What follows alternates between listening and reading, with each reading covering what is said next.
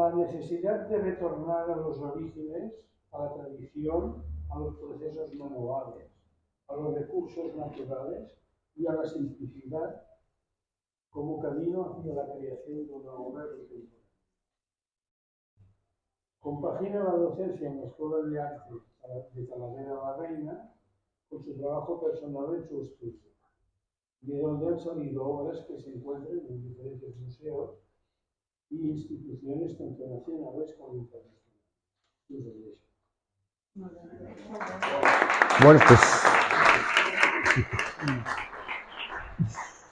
Bueno, pues muy buenas tardes y muchas gracias a Jordi por esa presentación y por supuesto muchas gracias a todos por acompañarnos esta tarde. Para mí es un lujo y una responsabilidad porque por este ciclo han pasado ceramistas que yo los he tenido como referencia desde hace un montón de tiempo. Pues a casi todos, a Pere, a Cumella, a Jordi. Y hoy me toca a mí el cerrar este ciclo. Quiero aprovechar la conferencia pues, que coincide con la exposición que tendremos el próximo viernes, pues para presentarles un poco más que mi trabajo, que pueden verlo pues, en internet o en algún otro lugar.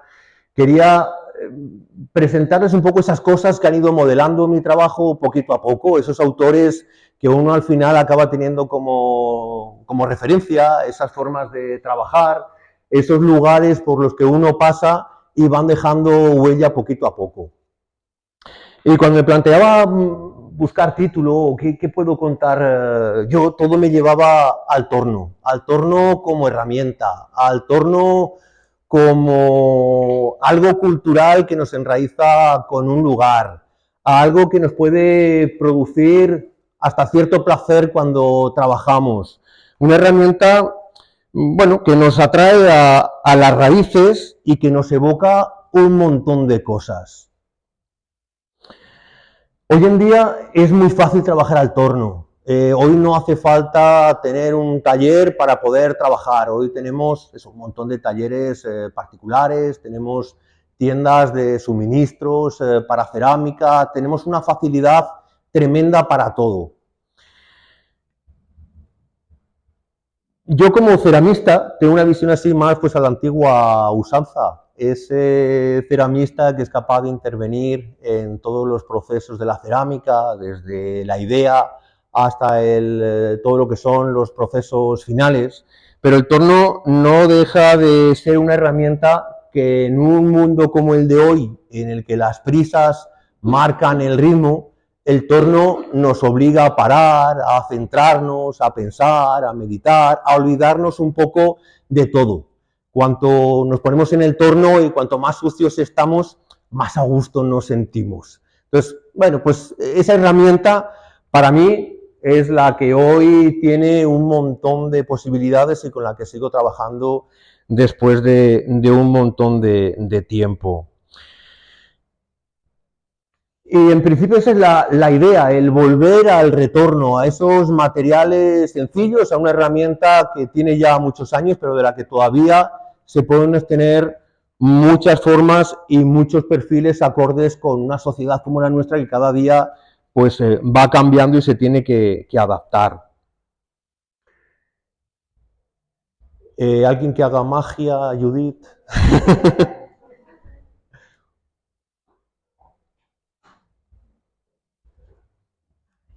Este es el botoncito. Se ha quedado como... ese... Ah, vale, el de abajo, perdona. Para subir. Vale. Bueno, pues como les decía, yo vengo de Talavera de la Reina, ciudad de la cerámica, una ciudad que hace poquito pues también tenía el reconocimiento de la UNESCO, sobre todo las técnicas de decoración, como patrimonio inmaterial de la humanidad. Y allí llevo pues casi 40 años repartido entre la docencia en la Escuela de Arte y mi taller personal, de donde salen bueno, pues obras pues, como las que podéis ver ahí de ejemplo. La cerámica en Talavera ha sido algo pero que marca también la vida de la ciudad. Todo el mundo está relacionado con la cerámica, la alfarería, la decoración, todo lo que implica, bueno, pues una actividad que lleva siglos de tradición y que marca también el carácter. A veces ese peso de la tradición, bueno, pues nos obliga a revisarlo y a plantearse el hacer cosas nuevas. Yo empecé muy jovencito, yo empecé en Calatorao, en un taller municipal, como los que podemos encontrar hoy, y ahí es donde tuve la ocasión de conocer por primera vez lo que era el torno como herramienta, que 40 años después todavía sigue siendo mi medio, donde empecé a conocer lo que es la cerámica tradicional, lo que es las técnicas básicas, y empecé a disfrutar esas piezas que uno podía hacer, que podías hacerlas, seguir todo el proceso, los hornos, las transformaciones, y eso pues me llevó a la Escuela de Cerámica de Madrid. Hace ya muchos años, pero todavía la recuerdo con muchísimo cariño. Es decir, todo el mundo tiene una escuela y mi escuela es la Escuela de Cerámica de Madrid. Allí me encontré con compañeros estupendos, entre ellos Merced Tiana, no voy a decir cuánto tiempo hace, pero ya mucho, y me encontré también con profesores que me enseñaron muchas cosas. Yo realmente ahí tuve la ocasión de entregarme, de aprender, de aprovechar la oportunidad de estar en una ciudad con la única excusa de conocer la cerámica. Me enseñaron mucho y se lo debo pues casi todo. Pero además de encontrar profesores, encontré algo más, que es lo que podemos considerar como un maestro. Por aquel entonces Matías Castro era el director de la escuela y cuando llegué fue esa persona que te acoge, que apuesta por ti, que te abre su taller, que te adopta casi como uno más de su familia, y es una persona con la que siempre he seguido teniendo contacto y es la persona de referencia cuando hablamos de cerámica o cuando hablamos de quién es tu maestro, que es importante. Antes todo el mundo tenía un maestro, pues yo tengo a Matías Castro. Ahí, bueno, pues aprendí a manejar lo que es el torno como herramienta, los temas de construcción, aprendí a poder encontrar mi camino, ahí tuve las herramientas suficientes como para acabar y encontrar un camino. Y mi camino, desde luego, fue el torno. El torno es una herramienta, como decía, que está ligada a la tradición. Cada lugar tiene sus materiales, tiene sus tipologías. Cuando vemos una pieza en cualquier sitio, la podemos ubicar en el mapa. Podemos ver si es de Zamora, de Mueros, o de Mota del Cuervo, o de Aragón, o de cualquier sitio, porque cada lugar tiene, como decía, eso, una forma de vivir, una tradición, unas necesidades. Entonces, el torno para mí es una vuelta al origen, a las raíces, a algo que nos evoca pues a lo que hemos vivido los que tenemos ya cierta edad. Hoy cuando hablamos de alfarería, a los chavales les suena como a la época de los dinosaurios, pero hasta hace poquito la cerámica se utilizaba. Y es cierto que muchos talleres hoy en día han tenido que adaptarse. Muchos no han sobrevivido. Los que se han adaptado han tenido que, bueno, que rediseñarse para ofrecer un producto que se adapte a las necesidades que tenemos hoy. Han tenido que cambiar de materiales, han tenido que cambiar los usos. Los talleres que siguen haciendo cerámica tradicional, pues hoy en día están limitados al objeto decorativo o a lo puramente etnográfico. Pero el torno tiene muchas posibilidades en el mundo hasta de la arquitectura, incluso si nos ponemos. Los materiales también marcan la producción. Cada lugar tiene sus propias arcillas, sus colores, sus texturas, y en mi trabajo intento aprovechar eso. Muchas veces mi trabajo busca la simplicidad para poder disfrutar de los materiales de cada sitio, de unirlos a la tradición, a cada lugar.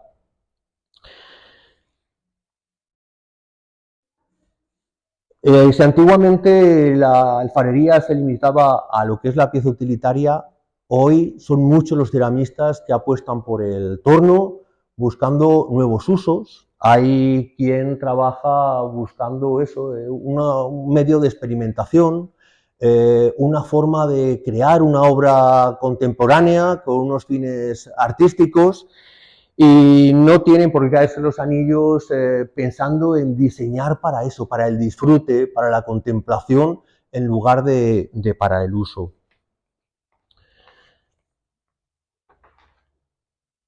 En mi caso, después de conocer pues, las posibilidades que tiene la cerámica, he dedicado mucho tiempo a lo que es la investigación de vidriados, de acabados, de materiales, de sistemas de construcción.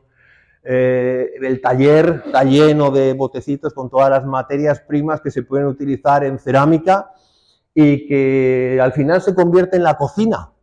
Tienes que conocer esos materiales, cómo funcionan, qué aportan, qué modifican, y después de dedicar eso tanto tiempo y buscar explicación a todos esos vidriados que podemos considerar un poco especiales, por no llamarlos diferentes, las cristalizaciones, los celadones, los temocus, los vidriados sino, tan relacionados con Oriente, pues uno se da cuenta de que a veces no es cuestión de sumar, sino de restar. Y uno se plantea el qué pasaría si en lugar de poner se quita para buscar esa limpieza en las formas, en los perfiles, un poco en el alma de las cosas, intentando mantener ese carácter que es capaz de evocarnos y de trasladarnos a la tradición, sobre todo, y a las características que tiene cada material, que pueden aportar el mismo valor y el mismo atractivo que el vidriado más atractivo y más maravilloso. Como os decía, hay personas que marcan, y para mí, y estando en Cataluña, Llorenç Artigas es un referente ineludible. Es decir, una persona que empieza a despojar esas piezas de decoración para centrarse en la forma, en un momento en el que la alfarería o el alfarero era un personaje anónimo y sus piezas tenían el valor de lo que se les ponía encima como de decoración. Él consigue quitar esa decoración y que esa pieza siga siendo atractiva, es capaz de vestirla con unas cubiertas estupendas, maravillosas, pero que nos obligan a centrarnos eso, en la forma, en la tradición. Él crea, pues con ceramistas y con alfareros de su época, una nueva tradición, porque hay un personaje que a mí me resulta muy interesante, que es Le Corbusier, que decía que la tradición es una continua evolución. Y es cierto, las tradiciones tienen que evolucionar, y tienen que evolucionar para hacernos sentir a gusto en el momento en el que vivimos. Lo que hacemos tiene que estar acorde pues a los espacios que habitamos, a los usos que les damos, que también van cambiando. Y en esta línea, a mí me ha resultado siempre una referencia que me lleva también a acordarme o a traer a colación a ceramistas que han tenido mucha relación pues, con Bernard Leach, por ejemplo.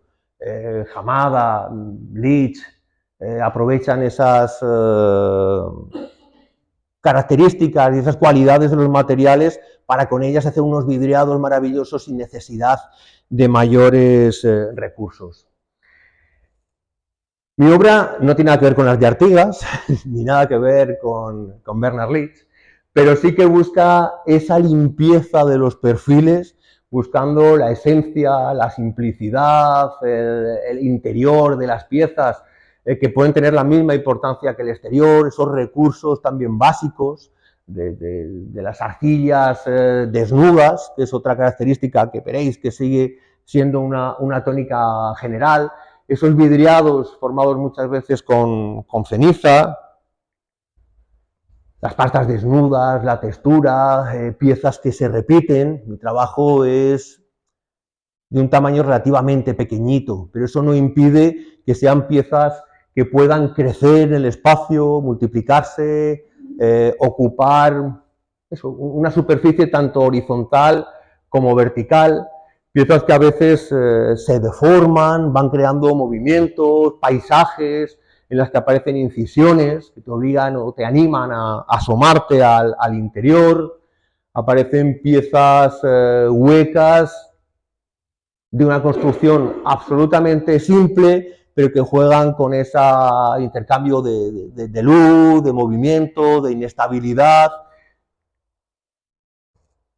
Piezas que tienen el atractivo más en el interior que en el exterior, esas piezas que aparentemente son todas iguales, pero lo que cuenta y lo que marca la diferencia es los que tienen el interior, algo que muchas veces nos recuerda a las personas, es decir, todos somos muy guapos, más o menos igualitos, pero cada uno tiene un fondo, pues las piezas igual. Piezas que se pueden multiplicar en el espacio y que pueden crear eso, composiciones que nos evoquen o nos trasladen a otro lugar, a otras culturas. En este caso, por ejemplo, pues la mezcla de las cenizas fundidas, simplemente, que nos podría evocar a esos hornos orientales, o ese oro que nos puede recordar un poco más a lo que son las porcelanas europeas, esas huellas del interior como única decoración, esas piezas cerradas que no sabes si están abiertas, cerradas o cómo son, o piezas simplemente en las que conviven esos vidriados que conocemos como especiales con esas pastas desnudas. Estas, por ejemplo, son están en Fupín, en China, en el Museo de Cerámica Contemporánea de Fupín, y son pastas locales con esos vidriados emblemáticos chinos, hechos en China y que conviven eso, pues que las unen al lugar de creación. Estas piezas, pues igual, son piezas nacidas del torno, con la simplicidad llevada al extremo, con las huellas de los dedos como única decoración, con esas rebabas que dan idea del estado en el que estaba la pasta cuando se ha trabajado, con esas marcas y esos cambios de color que dejan claro cómo han sido bañadas, dónde hay más grosor, menos. Son piezas muy sencillitas, buscando pues eso, la esencia de las cosas y sobre todo el arraigo con el lugar de creación. Estas piezas igual, sigue siendo la pasta desnuda, el vidriado que se mueve, que se desplaza y escurre por esa superficie oscura y esa luz interior que te obliga, que te anima a asomarte. Igual que en este caso, ahí podéis ver un poco la talla, las proporciones de la pieza. Ahí tenéis también una que demuestra un botón. Y bueno, pues poquito a poco vas buscando referentes y aunque intentas llegar a la esencia, siempre te tienta el recubrir esas piezas, el vestirlas, siempre desnudas, bueno, intentar. Y recurrimos a las arcillas, por ejemplo, a esos recursos naturales, pues como elemento básico para generar unos vidriados. Hamada, por ejemplo, recurría a las arcillas que tenían las montañas de alrededor de Mashiko para crear esos tenmokus maravillosos. Bernard Leach utilizaba las arcillas de Cornwalls para construir y para utilizarlas de igual modo en alta temperatura como vidriados. Ahí son muchos los ceramistas que utilizan ese tipo de filosofía que nos recuerdan también al Mingei, esa forma de entender la artesanía, una especie de adaptación de nuestro arts and crafts a la versión oriental. Esos vidriados hechos con material absolutamente básico, pero que son capaces de generar esos aspectos que podrían ser de los vidriados más sofisticados.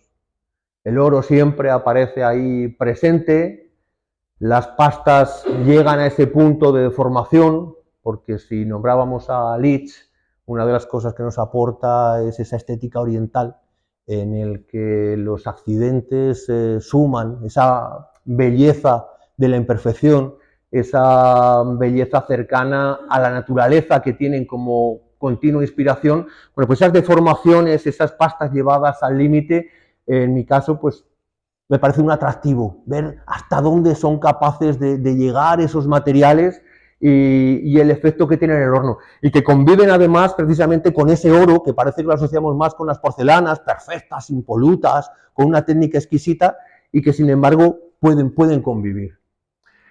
Y les hablaba de Bernard Leach y no he podido más que traer aquí una foto de las muchas que tiene, porque para mí es eso, un personaje que aunque no comparta muchas cosas, porque sí que es cierto que cuando a mí me hablaban de Bernard Leach, pues no me llegaba a despertar cierto interés, pero cuanto más lo conozco, más cercano me siento a su trabajo. Bernard Leach nos aporta algo que creo que es importante, y es ese concepto de lo que llamaba el estudio pottery, lo que es la cerámica de autor, en un momento en el que los talleres, por lo menos los de Talavera, y creo que alguno más, tenían las tareas perfectamente repartidas. Los alfareros hacían alfarería, los decoradores decoraban, los hornos los cargaba una persona, que era el hornero. Y Bernard Leach nos trae un concepto de Japón, que es ese, el de la cerámica de autor, en el que una persona es capaz de seguir el proceso desde la idea hasta que la pieza sale del horno. Es capaz de intervenir en todas esas fases, lo que le da un carácter también mucho más artístico y deja de ser una mera pieza de artesanía. Yo creo que eso sí que se lo debemos. Le debemos también pues esa aportación que nos hizo del libro de Potter's Book, el manual del ceramista, donde nos hace un recorrido maravilloso por lo que son las técnicas, lo que es la historia, lo que es la estética oriental, sobre todo de China, Japón y Corea, y en el que nos cuenta lo que para él es la belleza, una belleza un poco diferente y basada siempre en la naturaleza.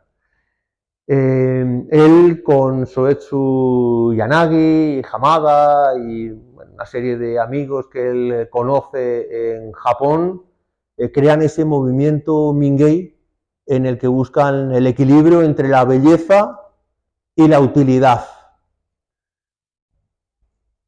Una belleza que tiene que ser accesible a todo el mundo, una belleza basada en los recursos naturales, una serie de piezas que nacen del entorno rural para intentar bueno, pues, potenciarlo económicamente, una cerámica que está ligada también con su cultura. Y él es el que mejor entendió esa estética y fue capaz de trasladarla a Europa. Nos trajo lo que eran los vidriados especiales, nos trajo los primeros hornos, los diseños de hornos orientales que eran capaces de conseguir alta temperatura, esos tenmokus, esos vidriados nuka, esas formas diferentes.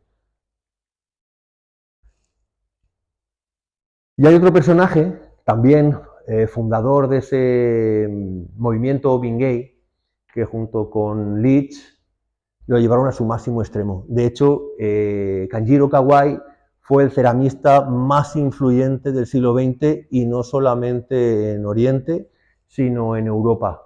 Es una persona que asumió ese Mingei como propio, lo llevó al extremo, era un filósofo, calígrafo, ceramista. Se dedicó a la investigación de los vidriados y de la cerámica como objetivo en su vida, y en el momento que conoció a Yanagi y a Hamada decidió volver otra vez al origen, a esos recursos naturales, y hacer lo máximo con lo mínimo. Tanto que el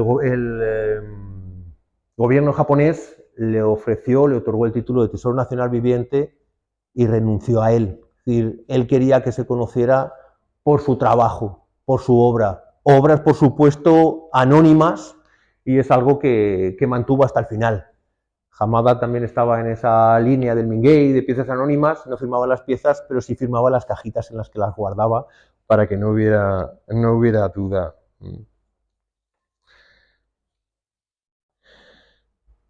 Bueno, esa es otra piececita de Kanjiro Kawai, buscando pues esa simplicidad con los recursos básicos, pero teniendo lo mismo. Eso nos recuerda pues, un poco esas pinceladas de acuarela, de pintura china, de la pintura japonesa.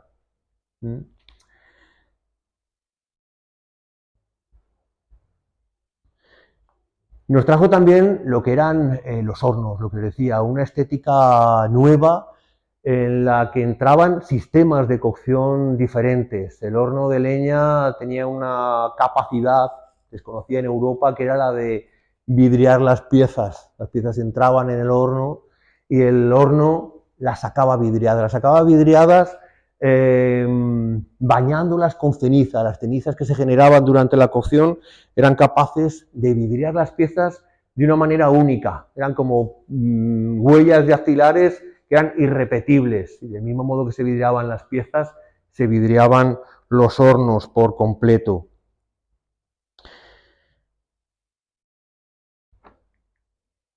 En mi caso, bueno, esta es una pieza de un ceramista alemán. Como decía, esos hornos crean también unas nuevas expectativas, una nueva moda, y son muchos los ceramistas que apuestan por el horno de leña, el horno Anagama, el Noborigama, como herramienta básica de trabajo. Un horno que va vidriando las piezas dependiendo de cómo están cocidas, del tipo de pasta, del tipo de tratamiento, de los engobes. Provoca esos colores por la reducción del horno. Y en mi caso, también la ceniza aparece de una forma recurrente, pero aplicada de otra manera. ¿Y por qué nos ha dado toda esta chapa con los hornos de leña? Pues porque la ceniza creo que sigue teniendo muchísimas posibilidades. Yo no tengo horno Anagama, ni mucho menos Noborigama, pero sí que me gusta trabajar con esas cenizas para, bueno, evocar precisamente esa tradición que nos lleva 9 siglos de adelanto en cuestión de cerámica, precisamente por eso, porque llevan 9 siglos trabajando con una alta temperatura que para nosotros era inviable. Esas cenizas puestas en la superficie con el único, solamente con la temperatura como único medio, pues provoca ese tipo de ríos, de lagunas, esos efectos de la ceniza que no son como los de un Anagama o un Noborigama, pero sí que nos lo recuerdan. Quien vea esos ríos, pues enseguida identifica esos vidriados como un vidriado de ceniza. Las piezas también son de China, con cenizas de China, y lo mismo, es una obra que se liga al lugar de creación precisamente por los materiales. Esas medias esferas en las que, dependiendo del tipo de ceniza que utilizo, pues dan unos colores, dan otros, se pueden mezclar entre ellos dependiendo de la cantidad y siguen conviviendo con el oro, que me parece que es algo que, bueno, que ya se ha convertido casi en, bueno, vamos juntos.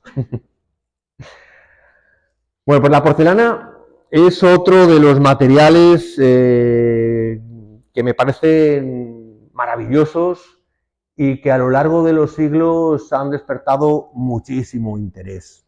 La porcelana marca la diferencia con el resto de pastas cerámicas. La porcelana es blanca, es translúcida, es impermeable y es sonora, una sonoridad que no tienen otro tipo de materiales.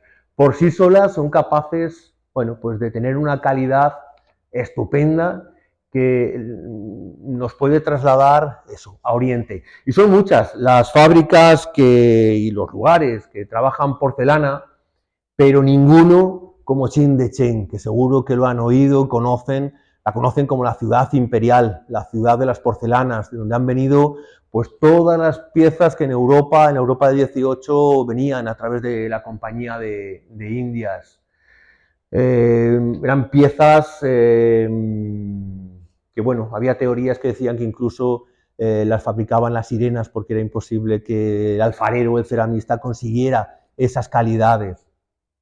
En Europa hubo un verdadero furor desde Federico Augusto II de Prusia, que tenía verdadera obsesión y que llegó a acumular una cantidad ingente de piezas, hasta Carlos III, que montó la fábrica de Capodimonte en Italia, y que cuando vino a España como rey, pues la trajo, y fue lo que era la fábrica de Buen Retiro, donde se hicieron pues intentos de porcelana como lo máximo que un rey podía tener. De hecho, Carlos III se casa con María Amalia de Sajonia, y como regalo de bodas su padre le regala una vajilla de porcelana, que es lo más que se puede regalar a un rey. Entonces, la porcelana tiene un algo especial, igual que el oro. El oro, hay cosas que brillan, el bronce, el latón, pero el oro, todos tenemos ahí un sentido que lo detecta. El oro tiene algo especial, por algo es el material noble. Pues a la porcelana le pasa algo parecido. Estas son unas piecitas del 18 que buscan imitar esas piezas, también esas calidades de la cerámica Song de China, que también para Bernard Leach eran el ideal de la belleza. Y la porcelana, bueno, pues salen fábricas nuevas en el siglo XIX, en las que ese oro blanco, que ya de por sí es la porcelana, se recubre con ese oro que conocemos y que nos traslada pues a una cosa más noble, una cosa a la que no todo el mundo puede aspirar.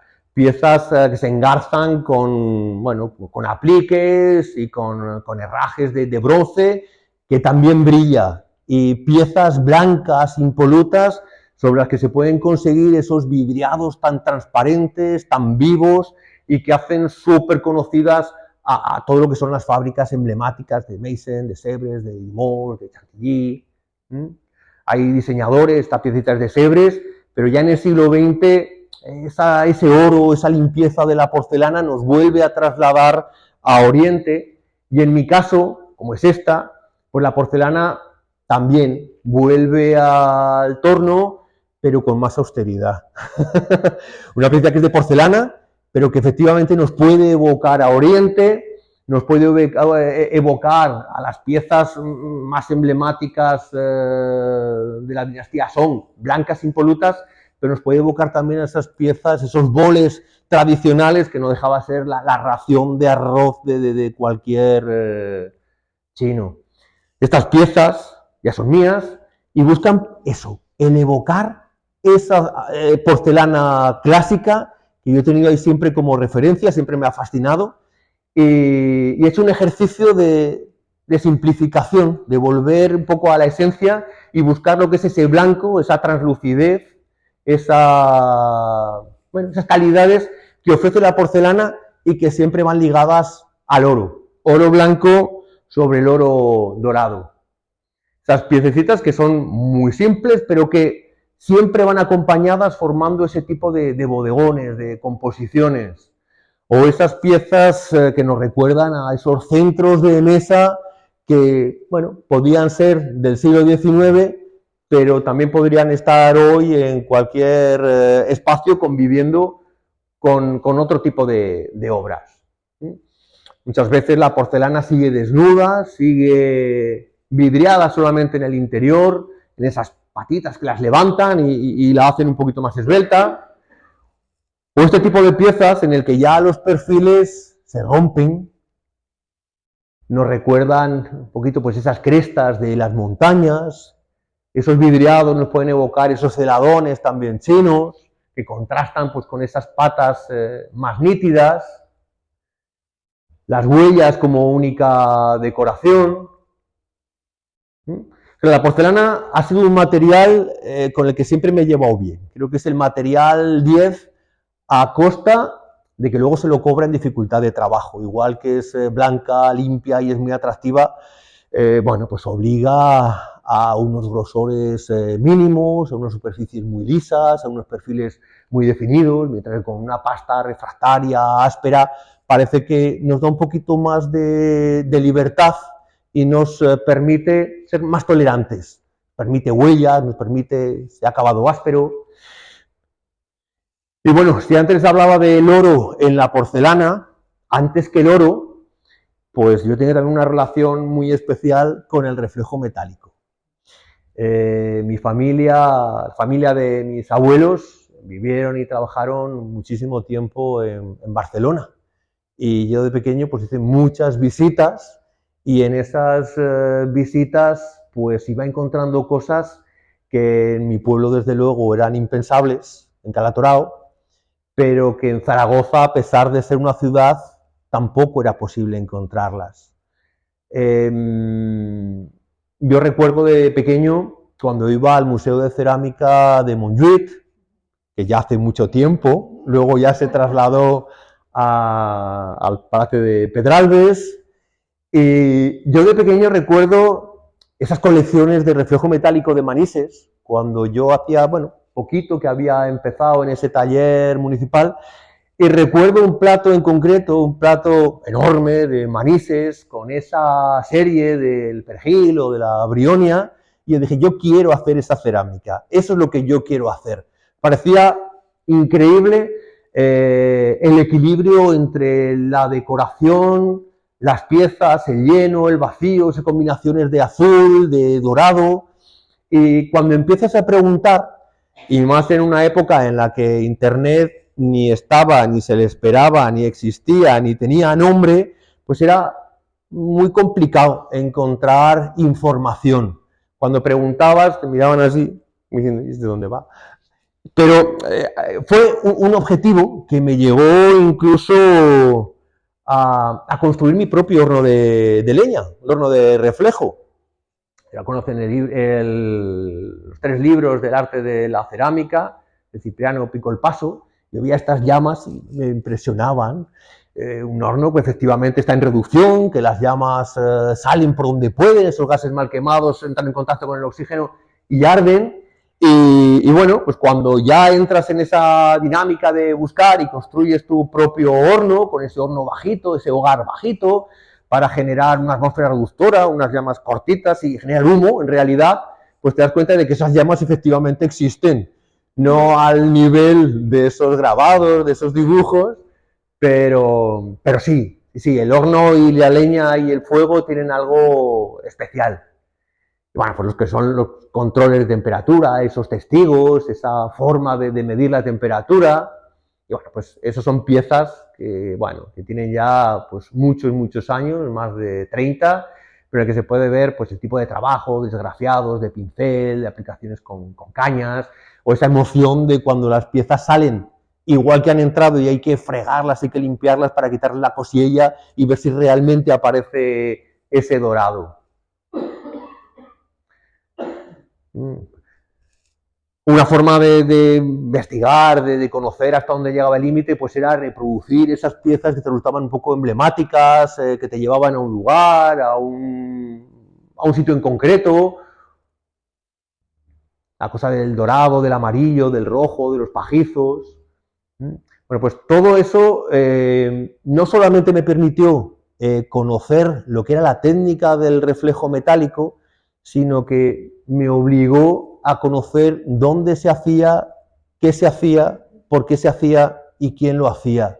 Entonces acabas conociendo y profundizando pues, la cerámica de Muel, de Reus, de Manises, de Granada, lo que es la cerámica nazarita, y eso al final te da pues, una visión general que te ayuda a entender muchas cosas, no solamente las técnicas, sino a disfrutar cuando encuentras una pieza y sabes lo que hay detrás. Un pintor nunca cuenta cuál es su técnica, o un escultor tampoco te dice cómo ha hecho una escultura, pero en cerámica creo que sí que es necesario el conocer lo que hay detrás para poder disfrutar de lo que tenemos delante y lo que tenemos entre manos, porque realmente la cerámica es esos materiales que se pueden disfrutar con los 5 sentidos, se pueden tocar, se pueden oír, se pueden usar, se pueden chupar, con el gusto.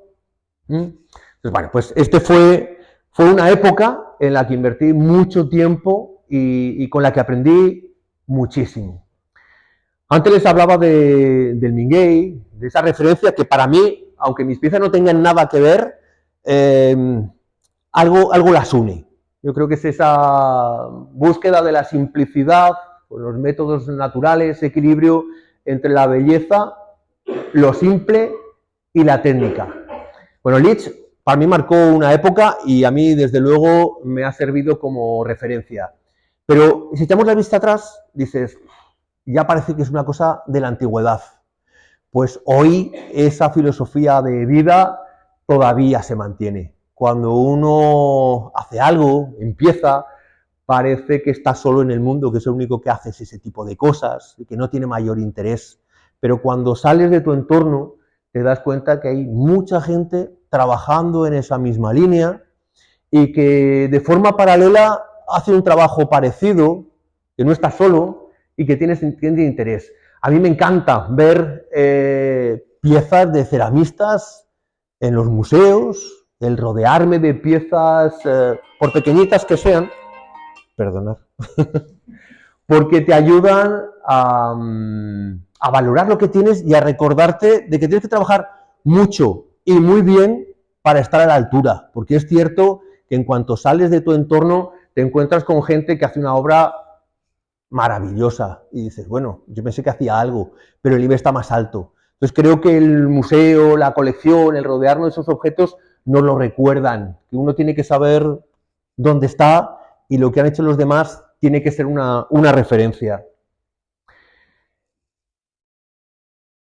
Este es un ceramista, Nick Collins, que lo conocerán, inglés, que para mí también es referencia porque utiliza las arcillas del entorno de su taller, cercanas al río, son hornos anagamas, noborigamas, siguiendo esa influencia de Leech, en el que las cenizas son parte fundamental de la decoración, esas cenizas que, bueno, que escurren, que se deslizan por la superficie y que sacan esos moldes de las conchas que han servido para colocar las piezas en el horno, o Anne-Mette Hostock, que sigue utilizando el torno como herramienta, buscando precisamente eso, el retorno, ese nombre que yo le daba como título a la charla, pues también lo hacen suyo, es volver al origen, cada uno busca sus arcillas, busca sus vidriados, en este caso esos hornos de leña que vidrian las piezas o que les dan un acabado especial, pues se junta con lo que es el vidriado a la sal, otra cosa fresca, espontánea, donde la volatilización de ese sodio forma los vidriados, dando un acabado absolutamente único. O Phil Rogers, simplemente con esas inclusiones de los feldespatos, de los granitos dentro de las pastas que al fundir forman esos paleteados, esos acabados que también nos llevan a conseguir lo máximo con lo mínimo. Esa piececita es de... Es un ceramista inglés, se me acaba de ir el nombre, me acordaré y os lo diré. Y que también trabaja con las dobles inmersiones, las reservas, buscando un poco ese trabajo que Leech hacía en el Leech Pottery y que se ha convertido en una nueva tradición. Este es Jean Malone, también con los sellos, los termocos, los vidriados absolutamente básicos, o Lisa Hammond, que también hace un esfuerzo por recuperar esa herramienta que es el torno y de volver a la esencia. También ha tenido relación con Japón y además tiene un programa que es el Adoptapote, que es un programa para que esa tradición de Leech, esa tradición de pieza utilitaria no se pierda. En cuanto a cerámica tradicional, bueno, os he mostrado alguna pieza que me parece que nos dan idea de cómo se puede trabajar y conseguir mucho con poco. Pero hay ceramistas contemporáneos que, sin buscar ese uso, hacen una obra mucho más personal.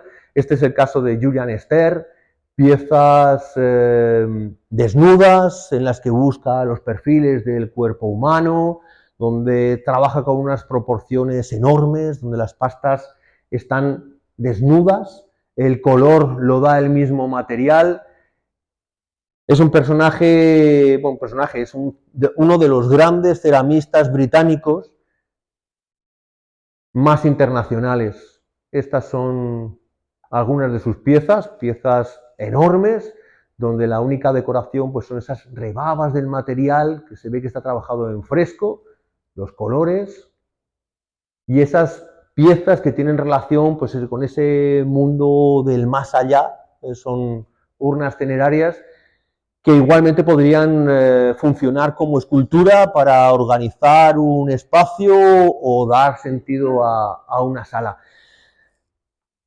Son piezas que están manipuladas, no son redondas, pero que han salido del torno como herramienta. Hay que decir que el inglés tiene una cultura cerámica que no tenemos los españoles. Desde esa influencia, esa información, esa estética que trae Bernard Leach, Inglaterra se empapa y ese afán por coleccionar, por conocer y por tener cerca de ellos una pieza que pueden asociar con una persona, todavía no lo tenemos. Falta menos, pero no lo tenemos. Esta piececita es de Edmund de Waal, que también lo conocerán, es uno de los grandes artistas ingleses que se mueve entre el mundo de la literatura y el mundo de la cerámica. Los ceramistas normalmente hacemos cerámica, los escritores escriben pero no hacen cerámica y en este caso se juntan las dos cosas y las dos cosas las hace bien. Conocerán el libro de La liebre de los ojos de ámbar, un libro maravilloso si tienen ocasión, o El oro blanco de White Road, en inglés, que cuenta la historia de la porcelana.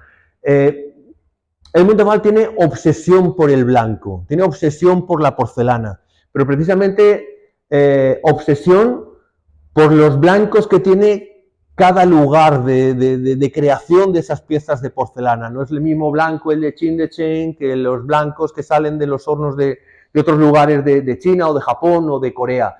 Y lo que crea al final no deja de ser algo más relacionado casi con la poesía, con la sensibilidad, con el gusto, con el blanco, y es capaz de crear pues, instalaciones como esta o mezclar materiales en los que el blanco sigue siendo el protagonista, aunque no sea porcelana. El alabastro, la porcelana, esas láminas doradas que no forman parte de las piezas, pero las piezas sí recogen ese reverberar del oro y hacen composiciones absolutamente sutiles que no necesitan mayores recursos. También es una vuelta a la esencia, un retorno. Yo tuve la suerte y la ocasión o la tengo, de trabajar con una galería de Londres, con Throne, y entender de primera mano esa diferencia cultural del valor que se le da a la cerámica.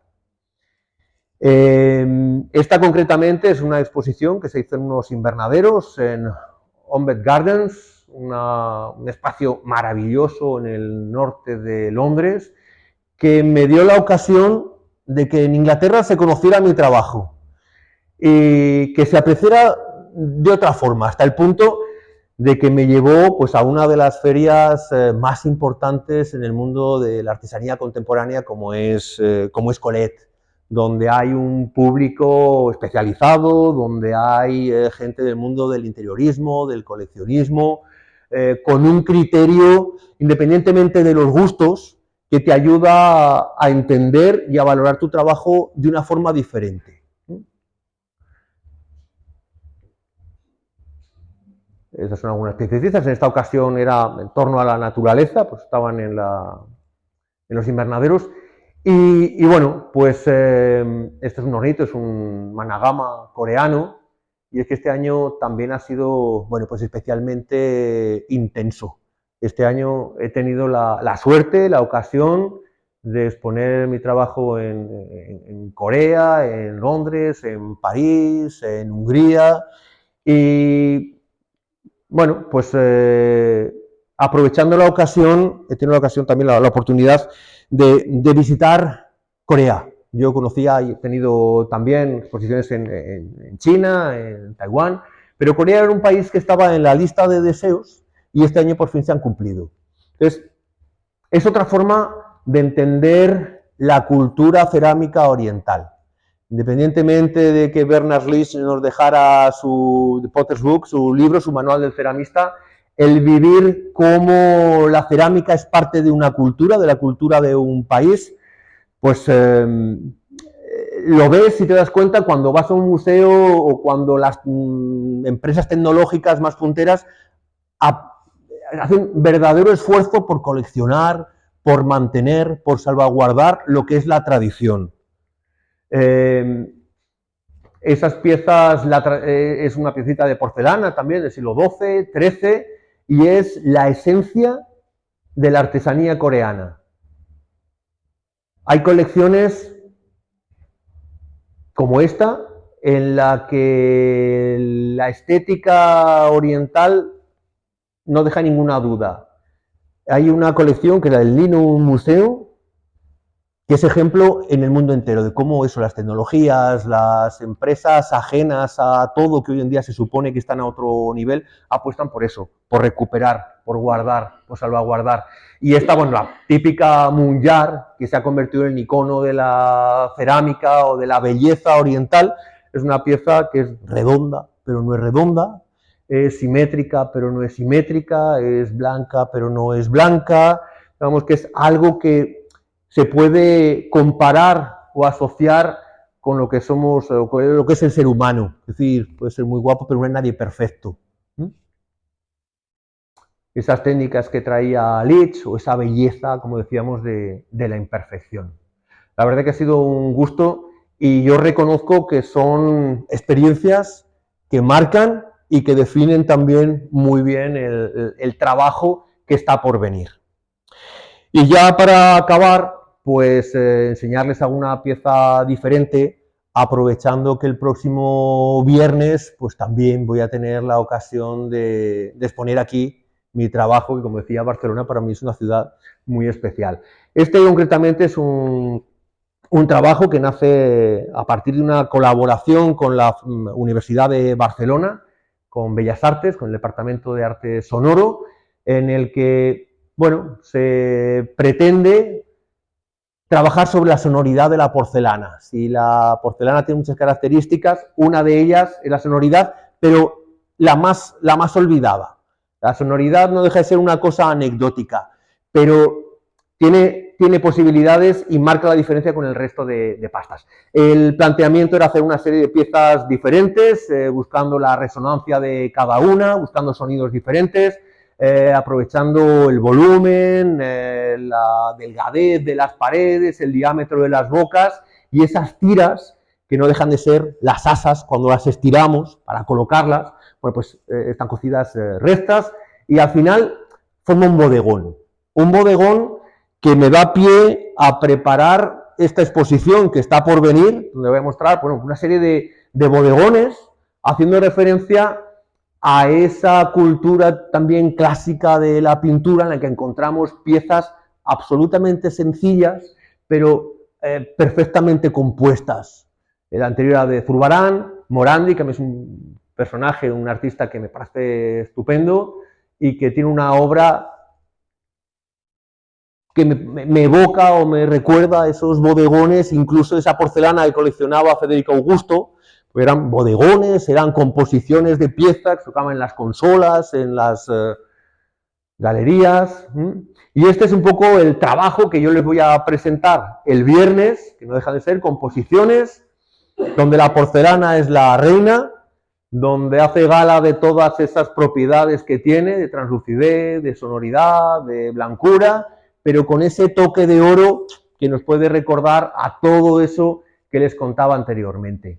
Una exposición en la que la porcelana va a ser la protagonista, desde luego, pero va a convivir con esas piezas más rotundas, con materiales ásperos, rugosos y que contrastan con el fin de que la porcelana y el blanco sea más blanco y el material rojo rugoso sea todavía más rugoso y más áspero, buscando precisamente eso, los contrastes. Así que nada, como les decía, la cerámica es un camino, un modo de vida, y lo que hacemos no deja de ser fruto de lo que vemos, de lo que hacemos, de lo que oímos, no solamente en cerámica, sino en pintura, en arquitectura, absolutamente en todo. Y bueno, pues importante son todas esas referencias, también es importante quién nos acompaña en ese camino, quién nos ayuda, quién nos regala su tiempo porque el nuestro siempre es poco, quién está siempre pendiente, quién nos anima.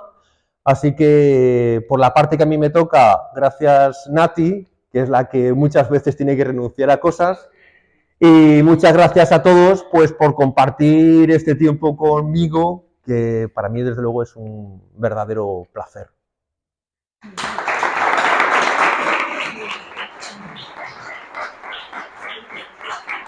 Y ya.